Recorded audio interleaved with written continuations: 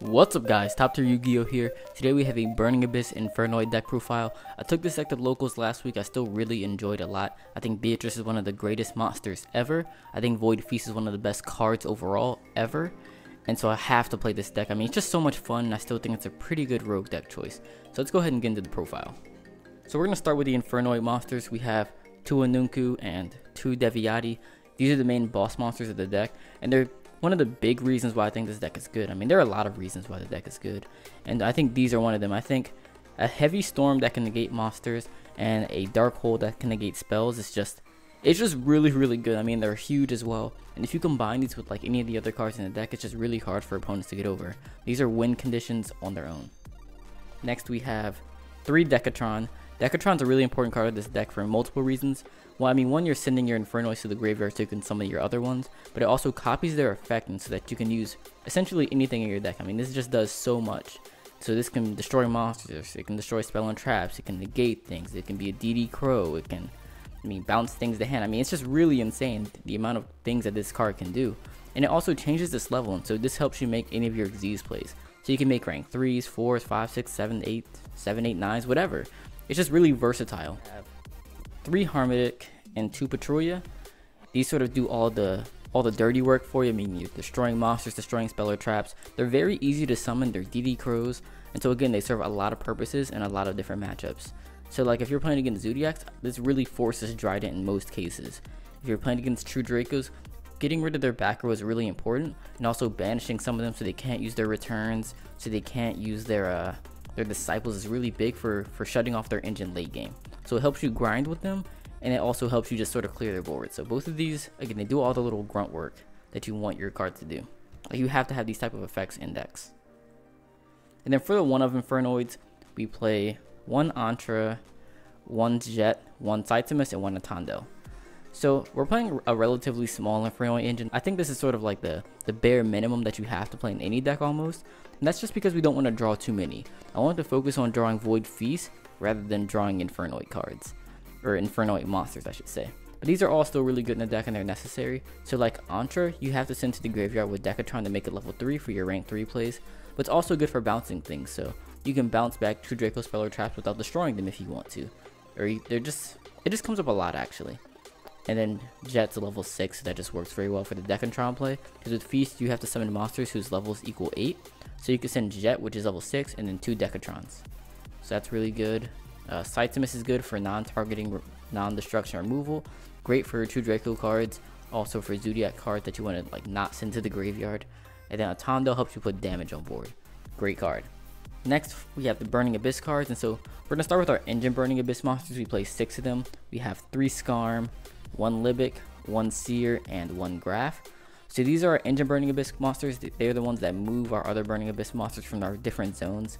So like Skarm gets them from the deck to the hand. Libic gets them from the hand to the field. Graveyard to the field. Deck to the field. So these move our cards around. That's why they're engine cards. They're very important, but I wouldn't play any more than this. Partly due to the limitations, but also because Libic's not good in multiples.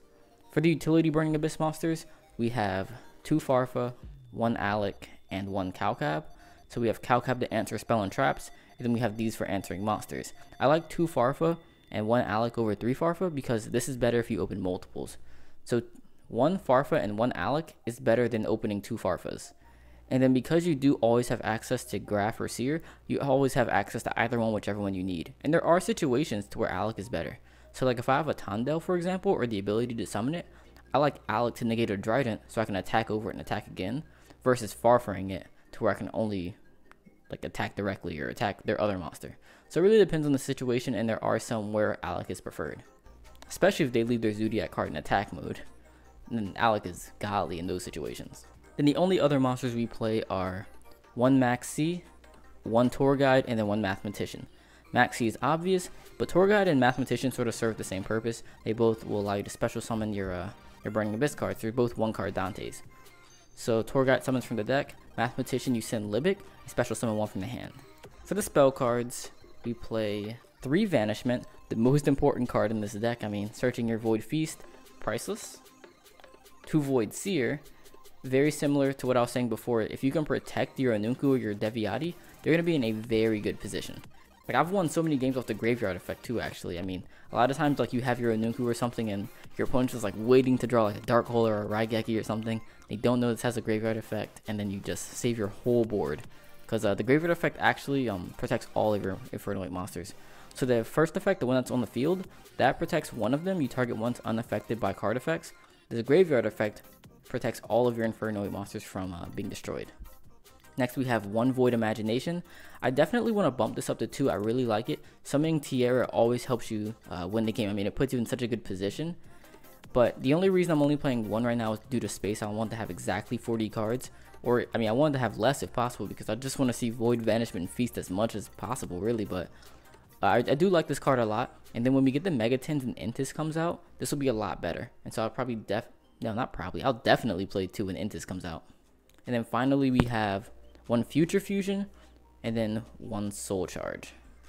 Future Fusion is really good because you can summon Tierra, and you can send all of the Infernoids from your deck to the graveyard.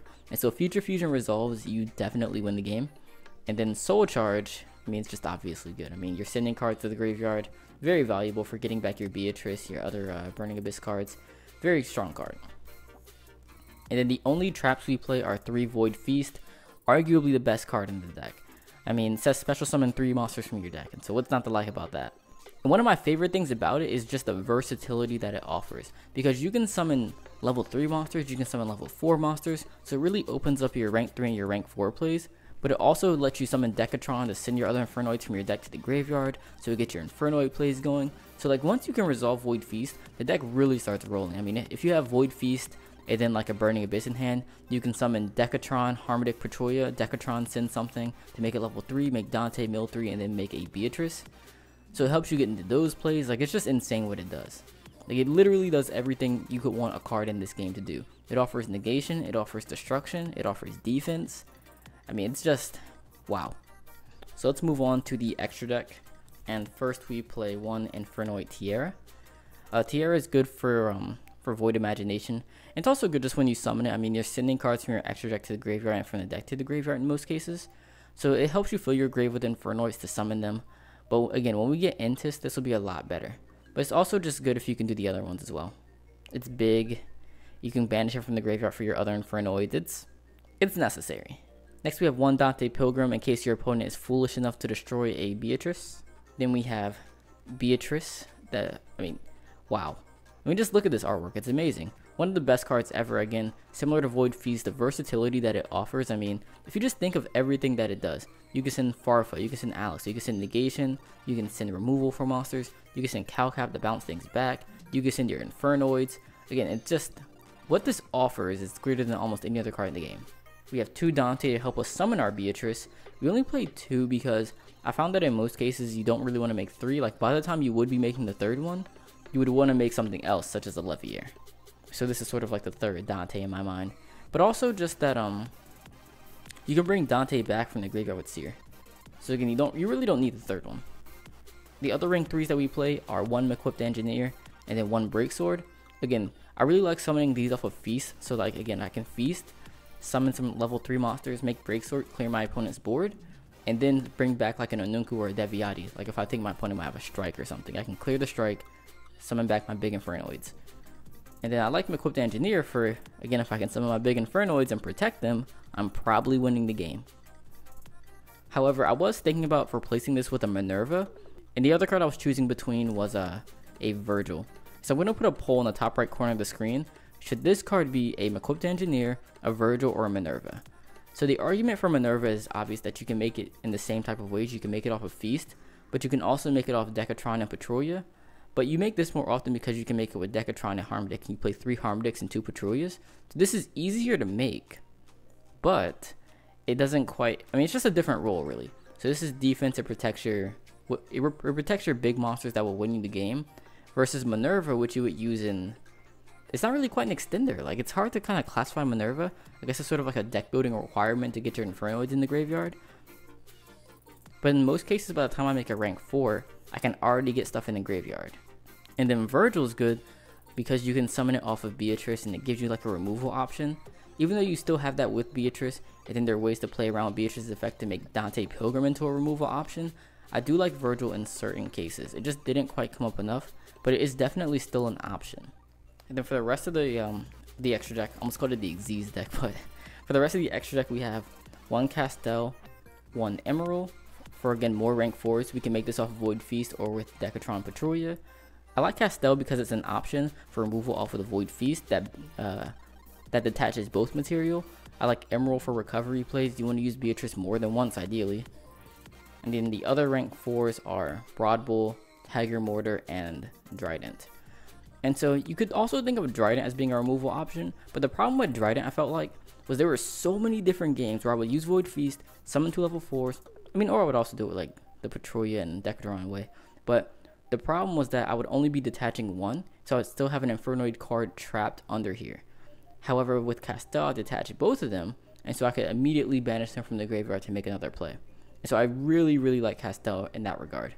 And then these are really good because this is generic generic rank 4, so you can make this very easily. Tiger Mortar can be used to put material back under a Beatrice, so this makes your soul charges better. And again, also if you just have Beatrice on the board.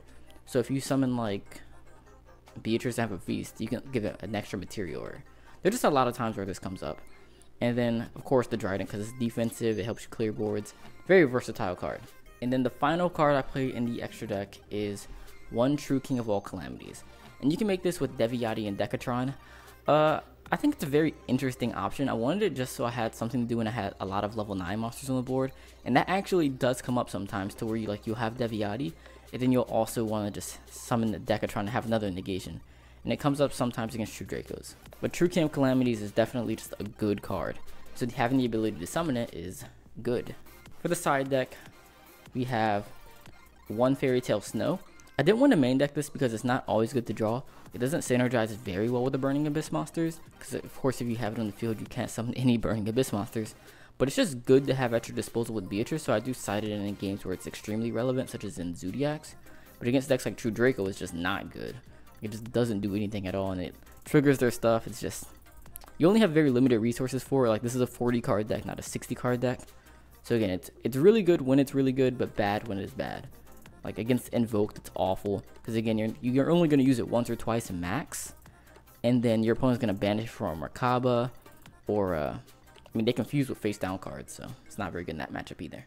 Next we have 3 Ash Blossom, which is sort of the antithesis because it's good in lots of matchups. It's really good in all matchups.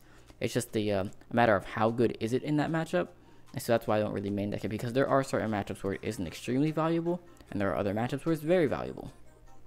But it's just its versatility. For the spell cards, we have 1 Raigeki, 2 enemy controllers, 2 Cyclones, and 1 Twin Twisters. And so these are all for going second in most cases. And so I really like enemy controller against Zodiacs, because you can take their Trident and then make Zodiac plays on top of that, because we also play Zodiac Xyz monsters. Raigeki, obvious. But 2 Cyclones and 1 Twin Twisters I liked a lot because, I was testing both of them, and I was really torn between which to play. I think Cyclone's better this format, but I like Twin Twisters because you can discard Burning Abyss cards and Infernoid, so it helps unbreak your hand, or not really just unbreak them, but get certain cards you want in the graveyard. And so it really served a valuable role as well. And so I just tested them both, and then I sort of wrote down each time I wanted to use one, and then I just chose the ones that I chose the most often. So I realized that it was more of like a 2-to-1 ratio to where I wanted Cyclone versus Twin Twister, so I figured it was better just to play 2-to-1. And if you saw the video where I talked about proper playtesting, this is actually one of the things in the examples that I used in that video. So then finally for the traps of the side deck, we play 2-dimensional barriers, 2 mirror forces, and 1 Imperial Order. Barrier is good against Zodiacs as well as True Draco Zoo to an extent. Mirror Force is great because it lets you play mind games, so it's really one of my favorite traps overall because, it lets you play as if you had more. Because once your opponent sees a Mirror Force, not only are you going to clear their board, but they're going to have to play around that for the rest of the match, because you have to respect Mirror Force. So it really lets you play as if you had more traps. So like, I could be setting a Void Seer, and my opponent has to respect the fact that it could be a Mirror Force. And so a lot of times that will help me, it will save me in certain games, like not even having Mirror Force, but the knowledge that it's in my deck. And so sometimes like I'll side in 2 in the game 2, and in game 3 I might only side in 1. Or I might not side it at all, but again, your opponent has to respect that. And then Imperial Order is really good against spell heavy decks. There's so many of them. Zodiacs is good against True Draco Zoo, it's good against Invoked. The only thing you have to worry about though is the ability to resolve Void Vanishment, and so ideally you play Vanishment before playing Order. But even if you have Order up first and you draw into like a Vanishment or a Seer or something, what you can do is just destroy this with a Decadron. You can send a Petrolia, or you can just draw Petrolia. So that works as well. But alright guys, this has been my Burning Abyss Infernoid deck profile. If you have any questions, comments, or concerns, please leave them in the comment section below. If you have any other suggestions or requests for decks that I should profile, again, leave them in the comment section below. If you enjoyed this video, please like, comment, and subscribe. I really appreciate it. And as always, I will see you in the next video. Remember that time, those cerulean tides, sapphire, a sapphire diamond.